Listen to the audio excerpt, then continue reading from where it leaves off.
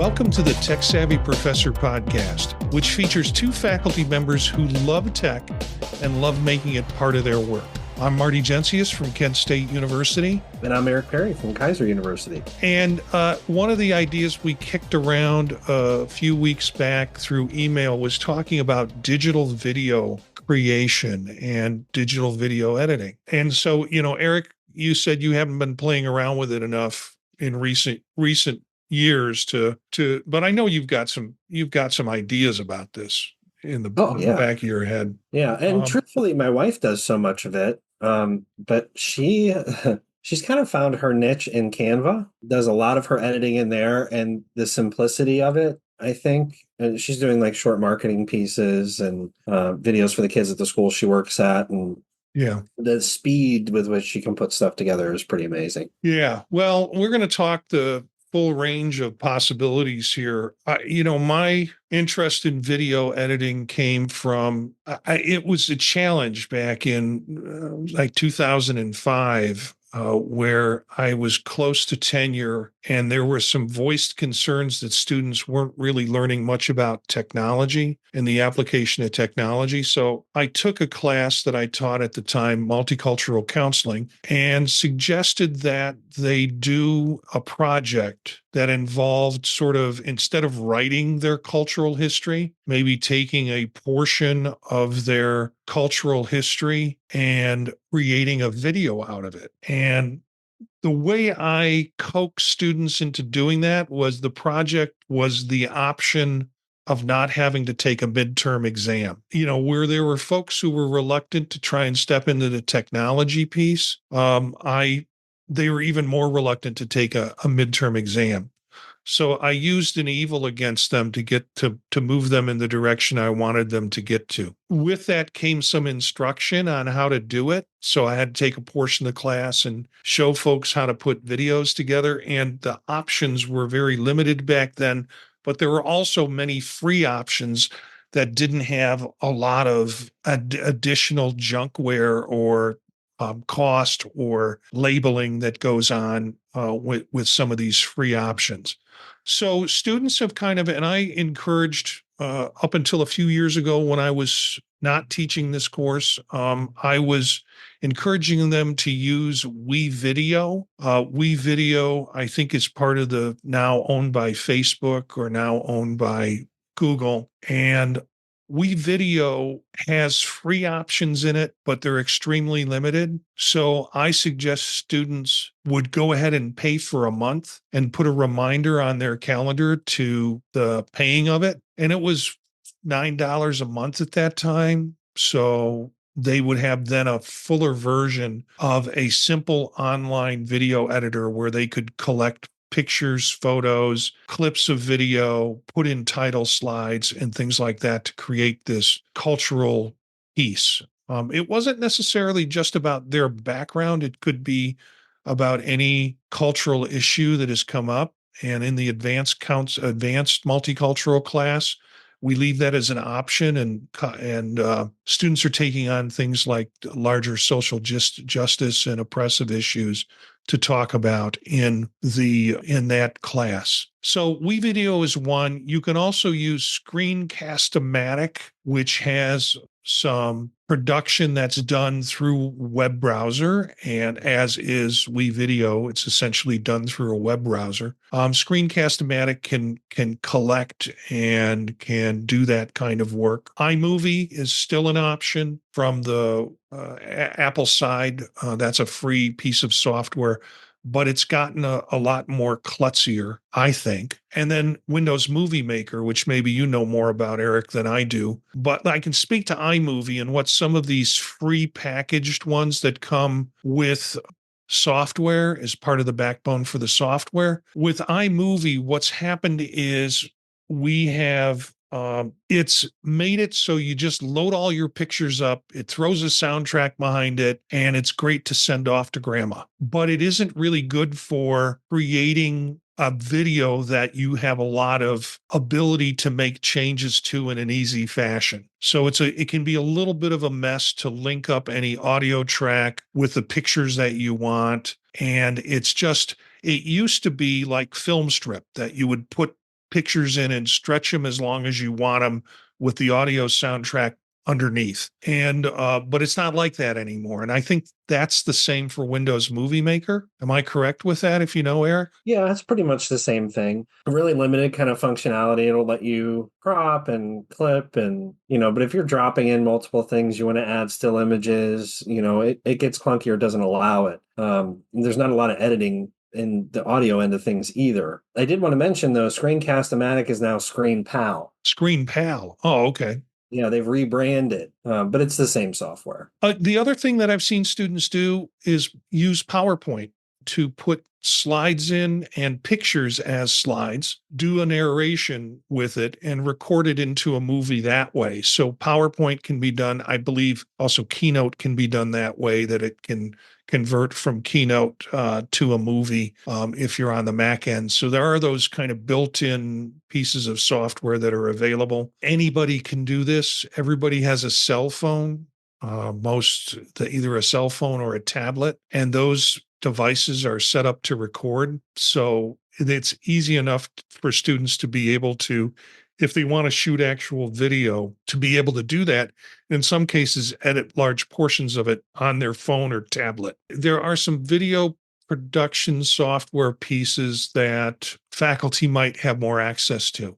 So you're not dealing with smaller end, simpler kinds of situations. If you're at a university where they have an Adobe account where you can get a reduced subscription for the Adobe Creative Suite, that's wonderful. That's marvelous. You've got Adobe Premiere. The learning curve on that can be a little steep, but it's only a YouTube video away if you want to learn how to use it. And you can find YouTube videos for that, and also Final Cut Pro, that are like, here are the 10 things you beginners need to know how to do using this particular software. Camtasia is got their own product. I checked it today, kind of pricey in terms of the cost for Camtasia. And then there are lesser cost alternatives like Filmora. DaVinci Resolve is a product that a lot of people I know are beginning to use. There are some Stream Deck icons that you can use to do the editing through your Stream Deck with DaVinci Resolve. I think there's also ones for Premiere if you want to use a Stream Deck, which is basically a push. For those that don't know, it's a push button controller that has different actions that you program or are programmed into the push. Each push button has a different action associated with it. There are a couple I found, Movavi and Lightworks. It's difficult when you go just searching for software. You get some that are really, they look like these are the top 10 software for doing video editing, and they really wind up being commercials for a particular product. I saw that with Filmora, which is a Wondershare product, and Wondershare is all over the place in terms of different kinds of video editing products. And so if you search and you find it, sure enough, you'll find there's a lot of Wondershare and Filmora advertisement going on, and they just happen to be the product that independent lab recommends for being a good video product. Do you have any other ideas for video production, Eric? Yeah, I mentioned earlier, Canva is a good option, especially if you want kind of ease of use. I think it's $120 a year for a pro plan, which, $10 a month. And I mean, there's a ton of options.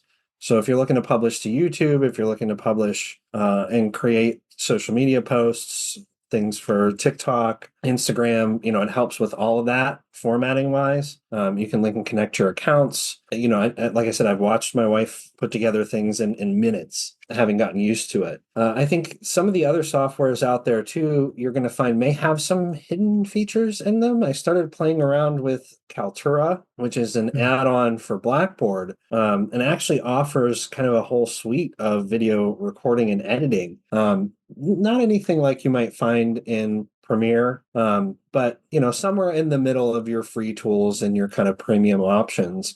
And that's just included as part of your use as a faculty if you have Kaltura within your LMS. I think the other thing that I wanted to mention really quickly was Adobe Captivate. Hmm. So if you're looking to do interactive videos, that's a really good option. They've actually come out with a new kind of updated version of Captivate. It's released within the last maybe year and a half or so. It had been stagnant for some time, and they're trying to make it more user friendly. And I can see how it is. Both versions are still available: the original desktop version of Captivate and their kind of new updated streamlined version of Captivate. Has a lot of editing functions within it, but feels more like PowerPoint to video when you're Hmm. using the video editor. So, you don't have to worry about things like keyframes and, kind of complex stuff. It helps walk you through a little bit more seamlessly. You still have the option to drop in different things and transitions and audio options. Yeah, and I don't think Captivate is part of the Creative Suite. So that would be a separate pricing. It is, but I'm looking at my suite right now and I don't see it in there because I know you've mentioned it before and I have been tempted. I did find out something interesting. I know that Adobe will often throw in some user licenses for Captivate for institutions. So they may have some. If you don't have a big instructional design department, or it's not something that gets used a whole lot, your institution may have a couple of freebies lying around. So they often offer that as part of the institution package, but it's not part of the Creative Cloud. Yeah. So check with your institution around that. Canva I have used for quite a while. I have a professional account with it to be able to use it for creating branding, basically. So things that like icons for various podcasts that we do. So the tech savvy professor icon, that's a Canva. I haven't used the video functions of it yet, so a little interested in seeing what's capable with that and what you can do with it. So thank your wife for reminding me about that as another video piece. That's pretty good.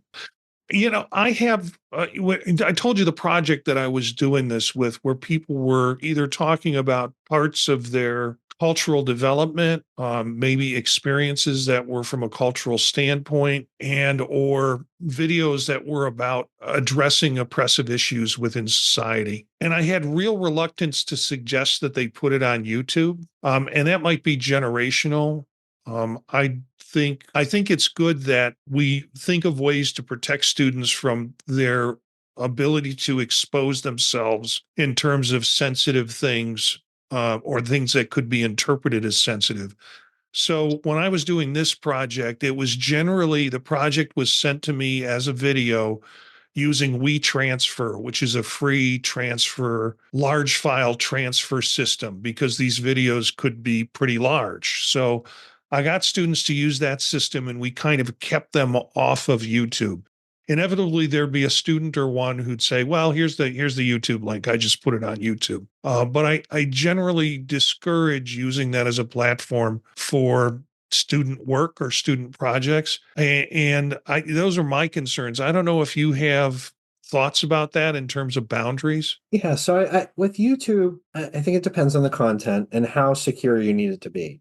YouTube is meant to be a public platform, so there's not a whole lot of protections there. You can list a YouTube video as private and have it unlisted, I mean it's not searchable, Mhm. but that doesn't prevent someone from sharing the link. So if you have access to the link, you have access to the video. You can publish and unpublish. So Yeah. have it published for that presentation or whatever, and then unpublish it. But that requires a manual step that you have to remember to take. I think there's ways to do that that make more sense than YouTube. I think it's just where most people are used to kind of adding videos. And there are some limited editing features within YouTube that I think people have become comfortable with, and that kind of adds to the allure of wanting to do that. But if it's something that you don't want shared broadly, YouTube really isn't the place for it. Yeah. So think about that if you're looking at uh, having students do digital production as part of a classroom assignment or for whatever purpose, trying to contain that in a way and warn them about those concerns. Obviously, they can share files through Google Drive if they want to do it that way. Can you do sharing of large files like that through an LMS? Are they set up to be able to have students submit large projects like that? It's one of those yes with an asterisk next to it. So there's generally a file size limit unless it's within a video tool that exists within the LMS. Hmm. So generally, the LMS itself will allow submission and even shared video within a group project or assignment, or you can share it within one of the discussions as a file. But there's a limit to the file size usually, and it's not going to play natively. Oftentimes, too, the other thing that you need to watch out for is that usually when you submit something for the group to be able to see, they can also download it. Yeah. So if you don't want it to be downloaded and shared, the LMS in kind of a shareable format is not really the way to go. Now, non-native tools, those add-on video tools like Kaltura, BlueJeans, all the other ones, they usually allow for some kind of video upload that doesn't allow for download, viewing only, and is only accessible for the length of the course. Yeah, and some of the tools do the conversion into a streaming HTML5 option, so it makes it harder for people to rip or download something that they see even on the screen. But I just like it, if we could pass it back and forth with little flash drives, that would be cool as long as nobody lost the flash drive. But I really feel, I have a concern about containing student student project information. It would be like posting their paper on Facebook. They could probably do it. They know how to do it, but it's not, we need to teach students how to create boundaries around themselves and their work. And so, Sure. yeah. Yeah. Yeah, and it's a safety concern, I think, too, developmentally. I mean, let's say you put in something that's not correct or could be a little controversial, and you're doing that in a safe space in an educational environment with a purpose to learn. And that gets around a little bit later in your career, ends up on a social Right. media platform.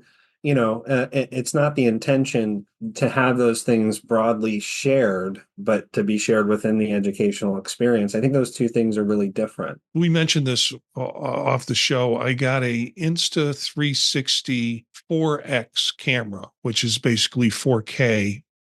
It can go up to, no, it's 8K, and it's pretty remarkable camera. There's lots of things that you can do with it. Some of it feels a little too gimmicky, but I saw somebody do the 15 things that you can do with this 360 camera. And it also happened to be the guy was on a tour of Istanbul, which is one of my favorite cities in the world. And so he did a different kind of shot with the 360 for different places that he went to on tour in Istanbul. And it shows you all the capabilities that the camera can do. I haven't sorted out how that fits into for an educational more so than an artistic purpose. But it's an interesting camera and it's good. It gives a good quality output. One of the things that I find a little funny about it is they give you a little like a brace to put it in if you're going to shoot 8K video because the camera can get really too hot to touch, which tells you